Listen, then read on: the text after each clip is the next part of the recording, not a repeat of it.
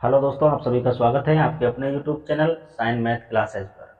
और आज की ये जो क्लास है आपकी, ये वास्तविक संख्याएं। आपकी प्रश्नावली एक है, वो है वास्तविक संख्याएं। और वास्तविक संख्याओं से जितने भी सवाल, यानी प्रश्नावली एक से आपके जितने भी सवाल बोर्ड में पूछे जाते हैं या पूछे भी गए हैं, उन सभी सवालों को हम इस वीडियो में आपको करवाने वाले हैं। आपको वीडियो शुरू से और अंत तक देखनी है। आपको पता चल जाएगा कि प्रश्नावली एक से किस किस टाइप के सवाल बोर्ड एग्जाम में आते हैं और उनको किस प्रकार से हल करना होता है।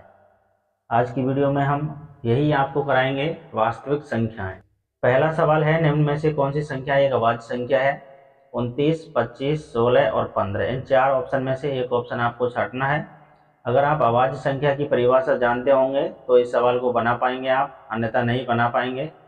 अभाज्य संख्या की परिभाषा होती है, किसी भी संख्या के अधिकतम दो गुणनखंड होने चाहिए, वो सभी संख्या अभाज्य संख्या होती हैं। दो गुणनखंड का मतलब है कि वह संख्या केवल खुद से कटनी चाहिए और एक से कटनी चाहिए। खुद से और एक से, हाँ बिल्कुल। तो 29 29 29 से ही कटेगी और एक से कटेगी। 25 5 से भी कटती है, 25 से भी कटती है। 16 भी 4 से, 2 से कटती है, 8 से कटती है। 15 3 से, 5 से, 15 से। तो ये तीन ऑप्शन होंगे नहीं, आपका ऑप्शन नंबर ए इसमें सही है। आगे है, निम्न में से कौन एक अपरिमेय संख्या नहीं है? अपरिमेय संख्या नहीं है तो वो परमेय संख्या होनी चाहिए। √10 का कोई वर्गमूल निकलता नहीं है, 24 का भी नहीं निकलेगा, 35 का भी नहीं निकलेगा, और 25 का आप निकाल सकेंगे, 5 उसका वर्गमूल आ जाएगा। नेक्स्ट है 3 नंबर सवाल इसका, √3 व √5 क्या है ये? तो √3 कोई इसका वर्गमूल निकलता नहीं है, 5 का भी नहीं निकलता है, तो ये होती हैं अपरिमेय संख्याएं। क्या होती हैं ये? अपरिमेय संख्या, जिनका आप वर्गमूल नहीं निकाल पाते हैं, वो सभी संख्या अपरिमेय संख्या है।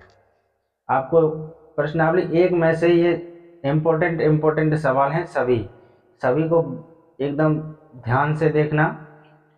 वास्तविक संख्या होती हैं, तो वास्तविक संख्या जो होती हैं वो दोनों होती हैं परमेय और अपरमेय संख्या है। 5.2372 हैं, ये क्या है? तो ये भाई परमेय संख्या है सभी। पॉइंट के बाद जो 2 3 7 2 ऐसे करके अलग अलग संख्या आएंगी, वो सारी संख्या अपरमेय संख्या है। आगे है 5, 15, 20 के लासा व मासा ज्ञात कीजिए। 5, 15, 20 के लासा व मासा आपको बताने हैं। तो आपको सबसे पहले मैं इसमें से मासा निकाल दूं। मासा इसमें सब तीनों संख्याओं में छोटा कौन है? तो 5 है। क्या 5 से ये तीनों संख्या कट जाएंगी? तो 5 से 5 भी कट जाएगा, 15 भी कट जाएगा, 20 भी कट जाएगा, तो इसका मासा हो जाएगा 5। आगे बात करते हैं लासा की। तो लासा में देखिए तीनों में से बड़ा कौन है? तो 20। क्या 20 इन तीनों संख्याओं से कटेगा? तो 5 से तो कट जाएगा, लेकिन 15 से 20 कटेगा नहीं। हमने 20 ही क्यों लिया? तो लासा होता है बड़ा मान, आपको बड़ी संख्या छांटनी है, तो 20 है। 20 इनसे कटेगा नहीं, तो 20 का आप आगे पहाड़ा पढ़िए। 20 दूना 40, 40 भी इन संख्याओं से नहीं कटेगा, 15 से कटेगा नहीं, 5 से और 20 से तो कट जाएगा, तो 40 भी नहीं आया। 20 का पहाड़ा पढ़िए, 20 दिया 60, 60 को आप 5 से काट सकते हैं, 15 से भी काट सकते हैं, 20 से भी काट सकते हैं, तो इसका आंसर आ गया 60। लासा और मासा आपको निकाल लिए। अभी है नेक्स्ट इसका 7 नंबर सवाल, सबसे छोटी अभाज्य और सबसे छोटी भाज्य संख्या गुणनफल, भाज्य संख्या का गुणनफल क्या होगा? सबसे छोटी अभाज्य संख्या होती है 2 और सबसे छोटी भाज्य संख्या होती है 4। भाज्य संख्या की परिभाषा होती है कि उस संख्या के 2 से अधिक गुणनखंड होने चाहिए। तो हम सबसे पहले 2 लें, तो 2 का गुणनखंड 2 और 1, 2 से अधिक है नहीं। 3 के भी नहीं है, 1 और 3 बस। 4 के हैं, 4 का 2 है, 1 है और 4 है, तो 2 से अधिक गुणनखंड है। दोनों संख्याओं का क्या पूछा है इसमें? गुणनफल। तो 2 चुका हो जाएंगे 8। सवाल नंबर 7 कंप्लीट हो गया है।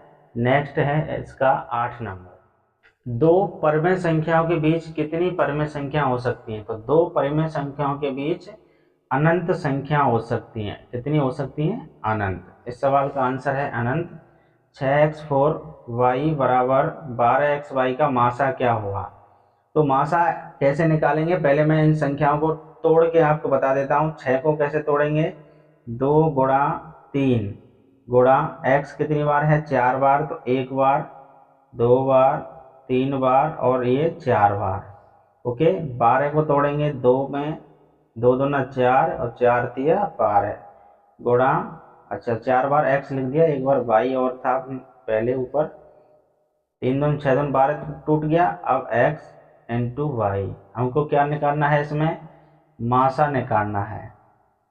तो मासा में देखिए ये 2 मिला, ये 2 मिला, ये 3 भी मिला, ये 3 भी मिला, तो 2 तिया होते हैं 6। अब ये x ऊपर भी मिला, x नीचे भी मिला, तो x, अब y ऊपर है नीचे भी y है, तो y, इसका मासा हो जाएगा 6xy। जो मिला वही मासा है। यदि p तथा q दो अभाज्य संख्या हैं तो उनका मासापा यानी महत्तम समापवर्तक, मासापा का पूरा नाम है HCF, क्या होगा, HCF बोलते हैं मासा को। तो मासा हो जाएगा जब दो अभाज्य संख्या हैं, अभाज्य संख्या है तो आप ये भी जानते होंगे कि वो एक और अपने आप के अलावा किसी से कटने वाली है नहीं, तो ऐसी संख्याओं का आंसर 1 निकलेगा। जैसे आपको मान लेते हैं 3 और 5 हैं, ये दो अभाज्य संख्या हैं। अब इनका मासा निकालोगे तो 3 और 5 का मासा निकलेगा 1। ओके, 2 से 16 के अभाज्य गुणनखंड लिखिए। 2 से 16 के आपको क्या लिखने हैं, अभाज्य गुणनखंड। तो मैं यहाँ पर लिख दूँ, ऊपर तो जगह है नहीं, नीचे लिख दूँ यहाँ पर 2 से 16 के अभाज्य गुणनखंड, यहाँ कर दूँ, आपको दिख जाएगा। 2 से 16, 2 एकम 2, 1 में भाग जाएगा नहीं, 2 8 16, 2 पंजे 10, 2 चुका 8, 2 दूना 4, 2 7 14, 3 नाम 27, 3 तिया 9 और 3 एकम 3। और 2 2 के 3 हैं यहाँ पर, तो यहाँ पर लिखेंगे हम 2 के ऊपर 3 गुणा, नीचे देखेंगे 3 के 3 हैं तो 3 के ऊपर भी 3 बराबर लिखेंगे 2 से 16। ये आपको ऐसे लिखना है। एक एक नंबर में पूछे जाते हैं ये सभी सवाल जो हम अभी कर रहे हैं उनको। 0 से 50 के बीच कितनी विषम संख्या हैं, तो इसके मैं आपको 2 तरीके बताता हूँ और आप दोनों में से कोई सा भी तरीका यूज कर सकते हैं, आपको जो उचित लगे।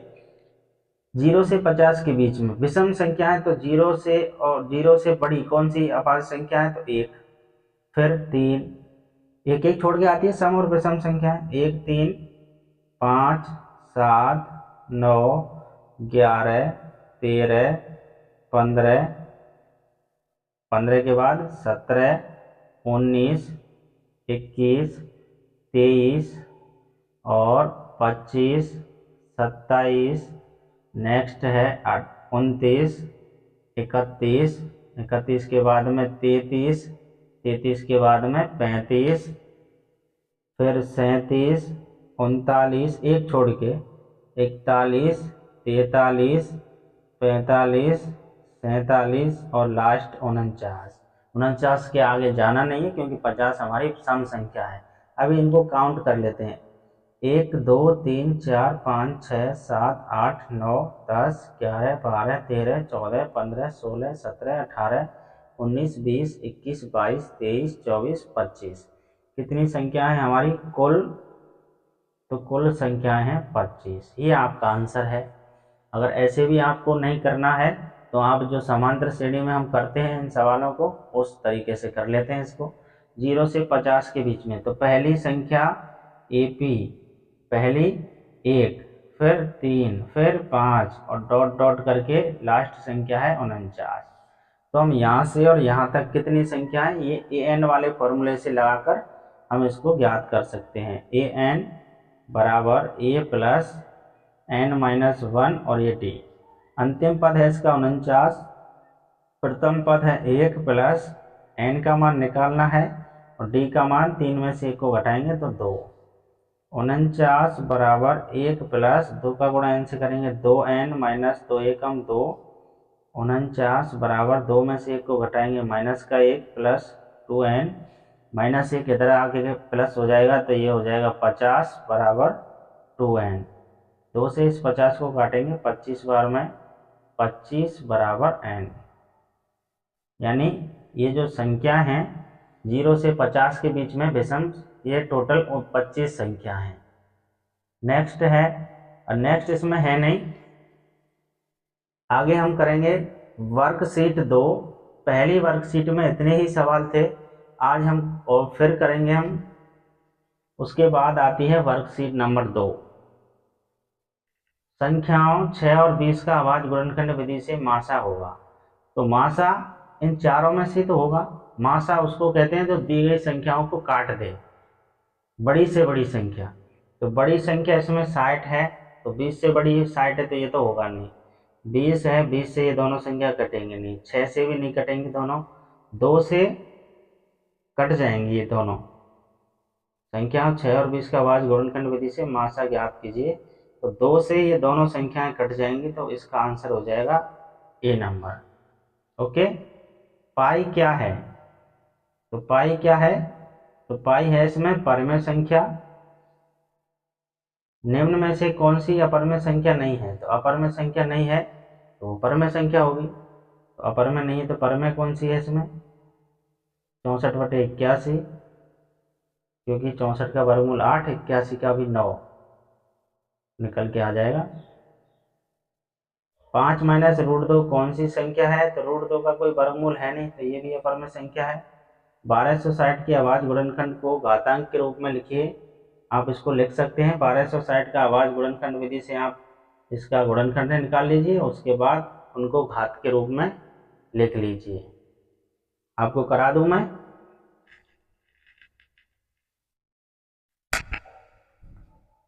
बारह सौ साठ का आपको आवाज गुणनखंड निकालना है और घात के रूप में लिखना है।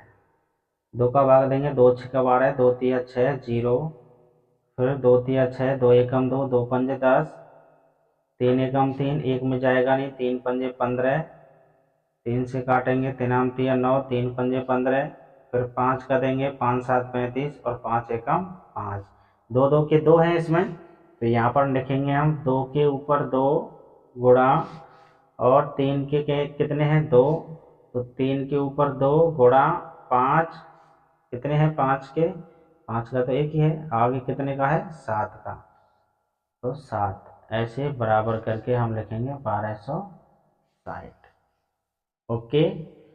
नेक्स्ट 6 नंबर, संख्याओं 55 और 48 का लासा निकालिए। तो 55 और 48 का लासा हम एक साथ निकाल लेते हैं। सॉरी, 48 नहीं, 88 है, इसका एक साथ निकाल लेते हैं। 2 से देंगे 5, 55 में तो जाएगा नहीं, इसमें चले जाएगा, 2 चुका 8, 2 चुका 8, फिर 2 का देंगे, जिसमें जाए उसमें देना है, बाकी का ज़बरदस्ती करना नहीं है। 2 दूना 4, 2 दूना 4, 55, 2 का गेंग 11 बार में। अब करेंगे हम 5 से, 5 एकम 5, 5 एकम 5, और ये 11 है, अब 11 का दे देंगे, 11 एकम 11, 11 एकम 11। तो 2 2 के हैं इसमें 3, यहाँ पर लिखेंगे। अच्छा, इसमें गुणा करना है, कोई बात नहीं, यहाँ पर कर लेंगे हम गुणा। 2 2 के 3 हैं, तो 2 के ऊपर 3 गुणा, एक 5 का है और एक 11 का है। ओके, इसको अब हम मल्टीप्लाई कर लेंगे।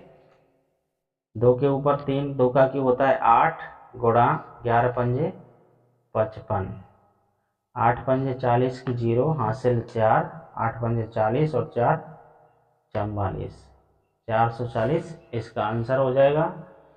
नेक्स्ट है संख्याओं 4052 और 12576 का मासा ज्ञात कीजिए। कितने का है? 4052, यहाँ पर लिख लेते हैं 4052, और किसका निकालना है? 12576 का मासा। 12576 का मासा लिखाना है। सबसे पहले तो इसको आवाज गुणनखंड करते हैं इसका।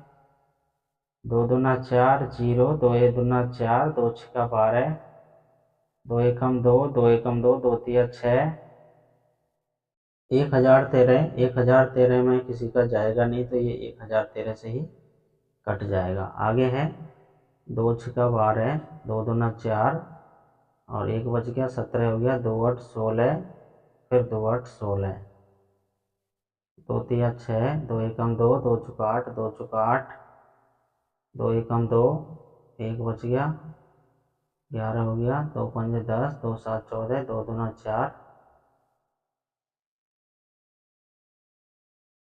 2 7 14, 1 बच गया, 17 हो गया, 2 8 16, 2 6 12, 2 3 6, 1 बच गया, 18, 2 9 18, 2 3 6, फिर 3 से इसको काट देते हैं, 3 एकम 3, 3 आम 3 9, 3 एकम 3, और फिर 131, ये 131 बार में कट जाएगा।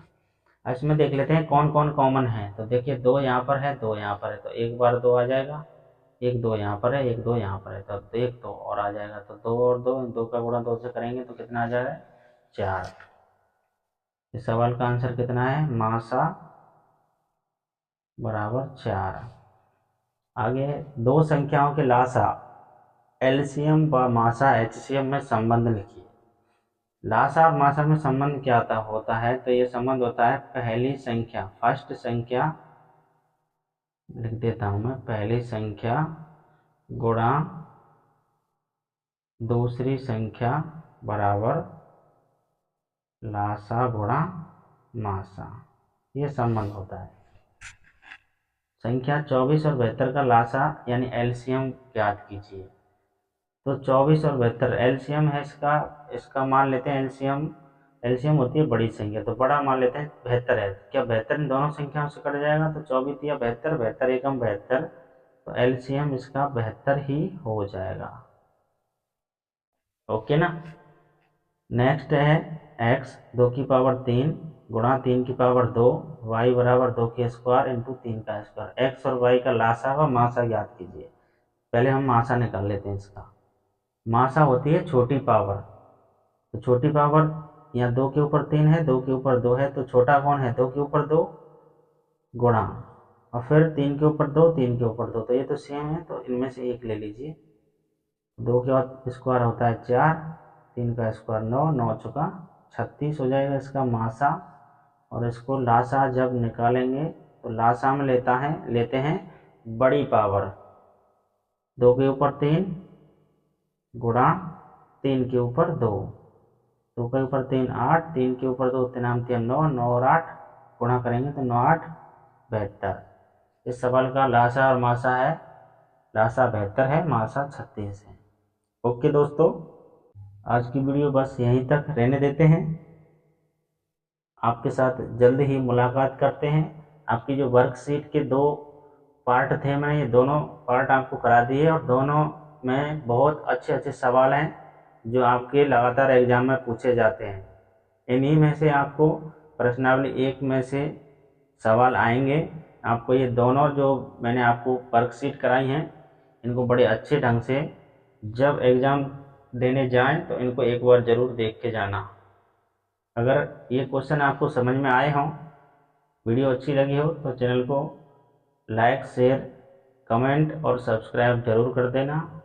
हम अगली वीडियो में